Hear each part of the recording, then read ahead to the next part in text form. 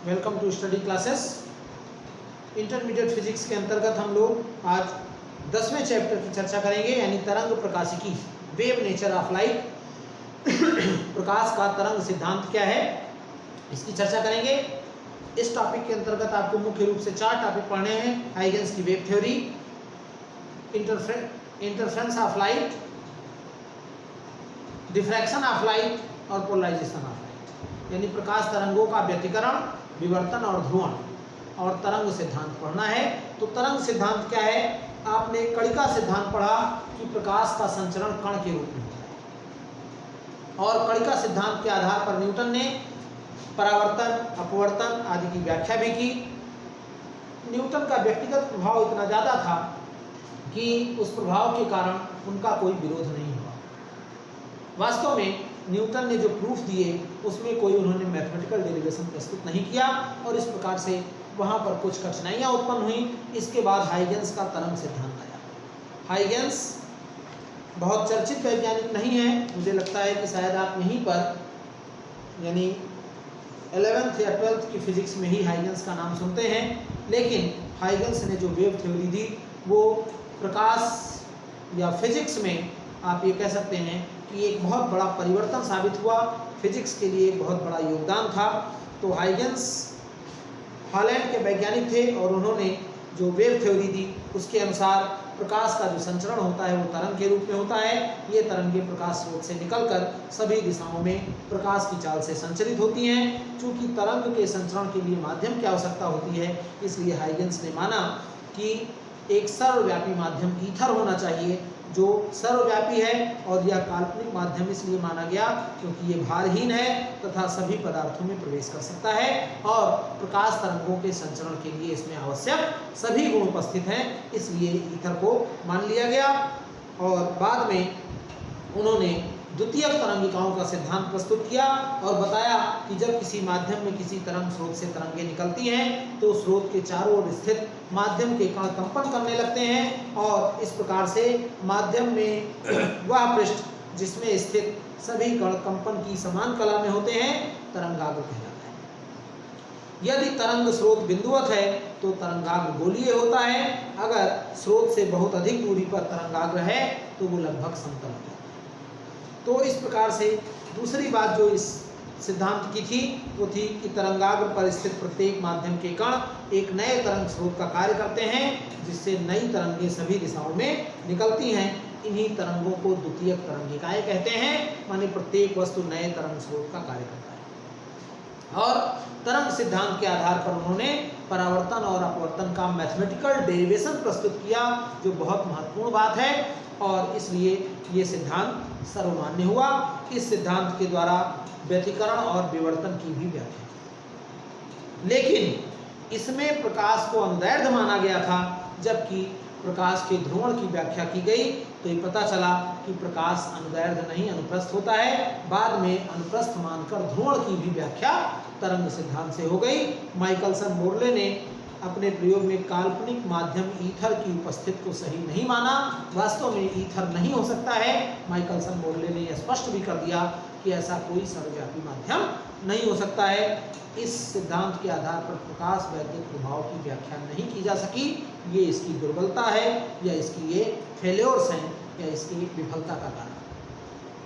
तो हम बात करते हैं अपने मुख्य टॉपिक पर, हाइगेंस के द्वितीयक तरंगिकाओं के सिद्धांत से प्रकाश के परावर्तन की व्याख्या।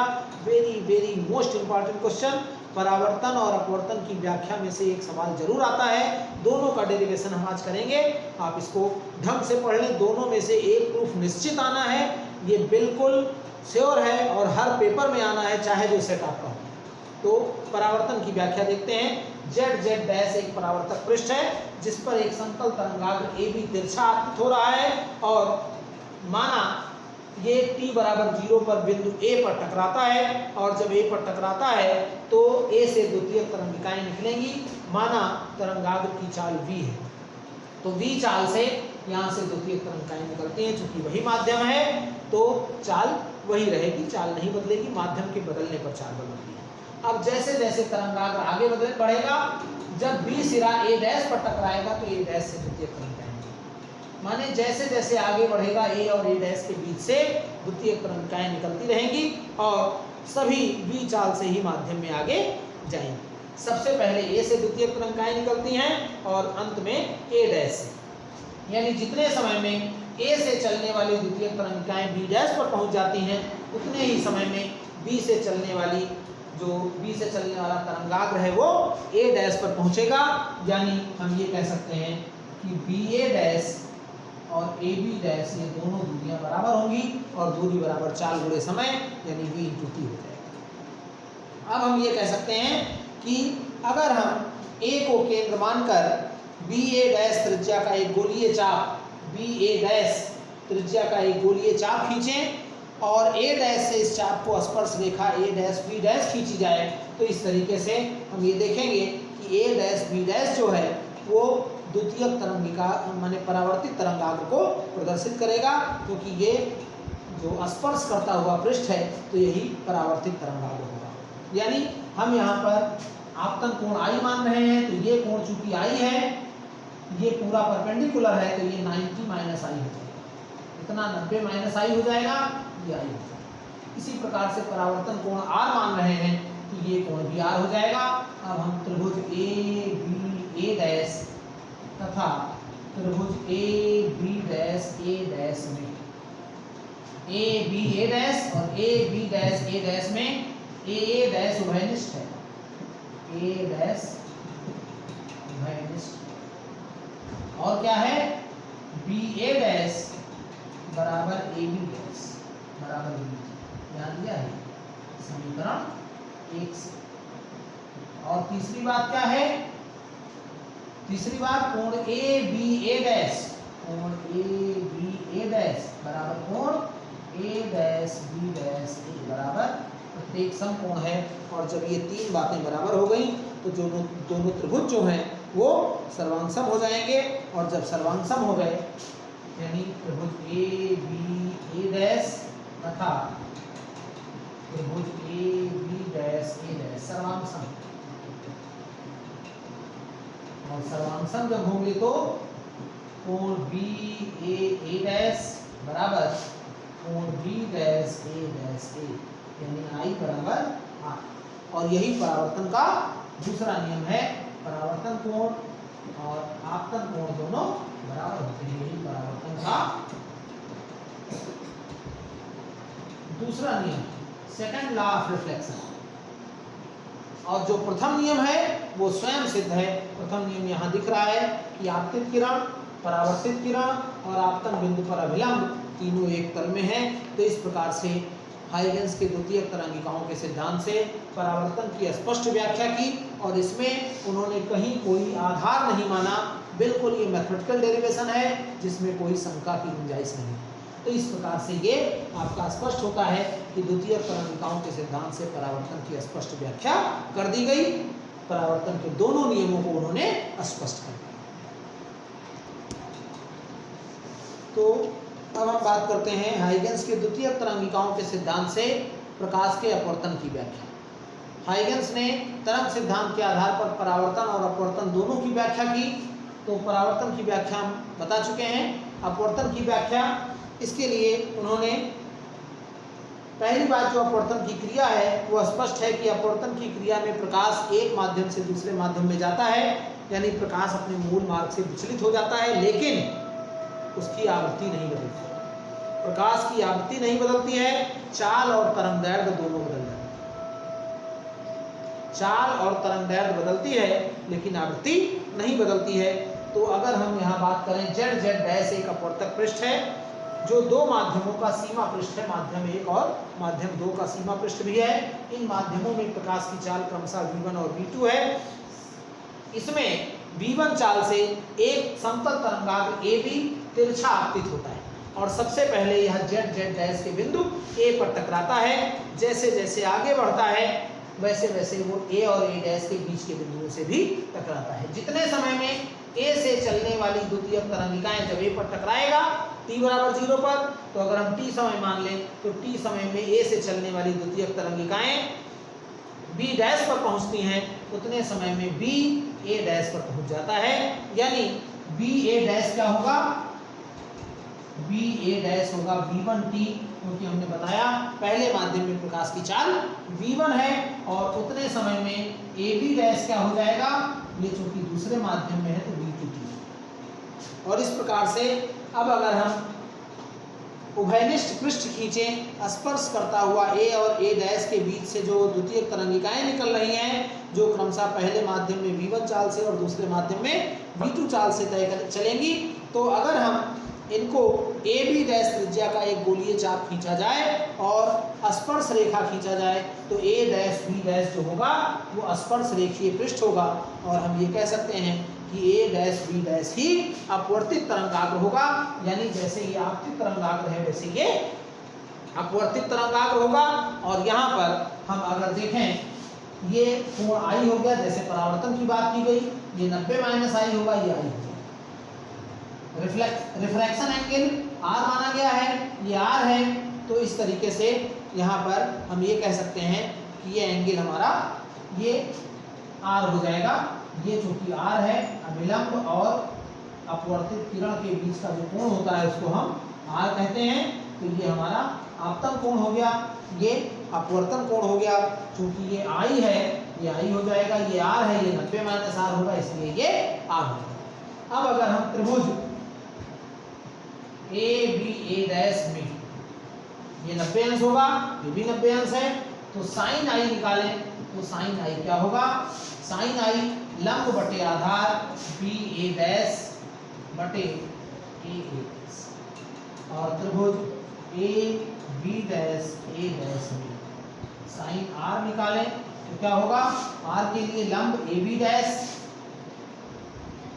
और बटा ए डैश, भाग दे दीजिए, sine I upon sine R बराबर B A dash upon A B dash. क्यों, ए डैश कट जाएगा और बी ए डैश माने V1t, तो आपका हो जाएगा V1t अपान V2t, और कटेगा तो V1 अपान V2, और V1 अपान V2 जो होता है इसी को हम कांस्टेंट कहते हैं, या पहले माध्यम के सापेक्ष दूसरे माध्यम का अपवर्तनांक कह देते हैं 1μ2, और यही स्नेल का नियम है, यानी sine I upon sine R बराबर 1μ2 बराबर नियतांक, यही अपवर्तन का दूसरा नियम,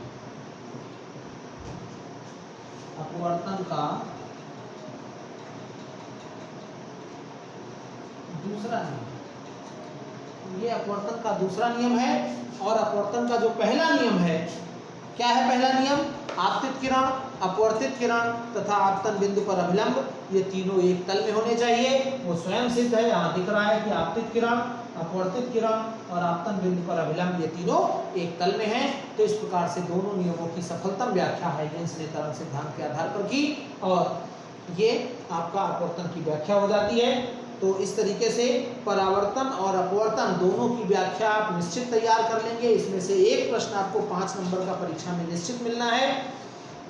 हाइगेंस का जो तरंग सिद्धांत था उससे ये भी स्पष्ट हो गया कि जल में प्रकाश की चाल वायु में प्रकाश की चाल से कम होती है, और तरंग सिद्धांत का जो ये निष्कर्ष था, फोकाल्ट ने एक एक्सपेरिमेंट किया, फोको का प्रयोग कहलाता है वो, हालांकि आपके सिलेबस में नहीं है लेकिन उसका हिस्टोरिकल इंपॉर्टेंस है।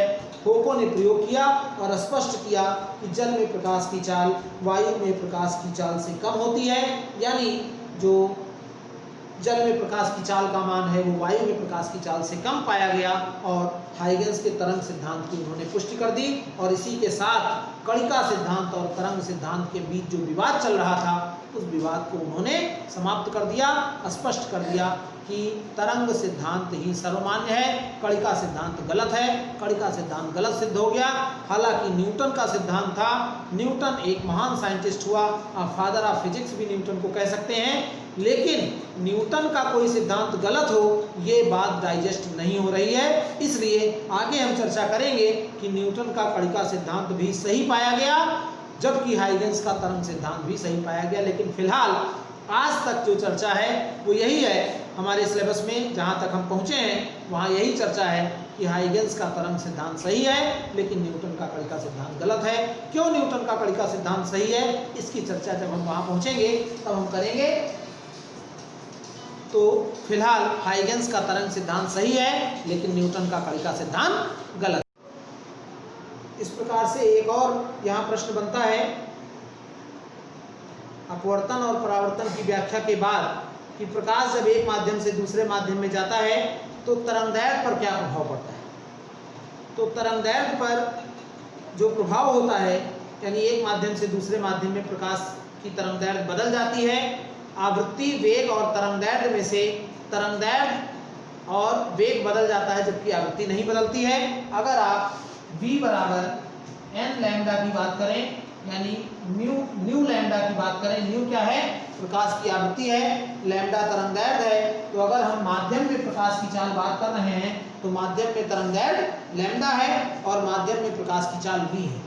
जबकि वायु में बात करें तो c लैम्डा है। अब अगर हम भाग देंगे तो v बाई c क्या होगा, लैम्डा m अपान लैम्डा होगा, न्यू कट जाएगा क्योंकि आवृत्ति नहीं बदलती है, यानी लैम्डा m बराबर v by c into lambda. या हम ये कह सकते हैं कि v बाई c माने c बाई v माने होता है माध्यम का अपवर्तनांक, तो ये लैम्डा बटा म्यू हो जाएगा, यानी लैम्डा m बराबर लैम्डा अपान म्यू। म्यू का मान सदैव 1 से बड़ा होता है, इसलिए हम ये कह सकते हैं कि म्यू 1 से बड़ा होता है, इसलिए लैम्डा m छोटा होगा लैम्डा से, यानी एक माध्यम से दूसरे माध्यम में जाने पर प्रकाश की तरंगदैर्घ्य घट जाती है, या वायु से किसी माध्यम में जाने पर प्रकाश की तरंगदैर्घ्य घट जाती है। बहुत इंपॉर्टेंट सवाल, इस पर न्यूमेरिकल भी पूछ लिया जाता है कि एक माध्यम का अपवर्तनांक 1.5 है, प्रकाश की वायु में तरंगदैर्घ्य 6000 एंगस्ट्रॉम है, माध्यम में तरंगदैर्घ्य क्या होगी, तो लैम्डा m बराबर हो जाएगा 6000 और बटे 1.5 यानी 4000। तो इस तरीके का सवाल भी इस पर पूछ लिया जाता है। बहुत इंपॉर्टेंट टॉपिक है ये लेक्चर आप जरूर कंप्लीट करें। और अगले सेशन में हम लोग चर्चा करेंगे इंटरफेरेंस ऑफ लाइट, यानी प्रकाश के व्यतिकरण की। आप हमारे चैनल पर बने रहिए। अगर आपने हमारे channel study classes bye Ajay Mehrotra को अभी तक सब्सक्राइब नहीं किया है तो चैनल को सब्सक्राइब करके बेल आइकन को प्रेस कर दीजिए, ताकि इस पर आने वाले वीडियो के नोटिफिकेशन आपको मिलते रहें और आप उनका बेहतर लाभ लेकर सिलेबस अच्छे से तैयार कर सकें। वीडियो को लाइक और शेयर अधिक से अधिक करें। धन्यवाद। अगले सेशन में हम लोग इंटरफेरेंस ऑफ लाइट की चर्चा करेंगे।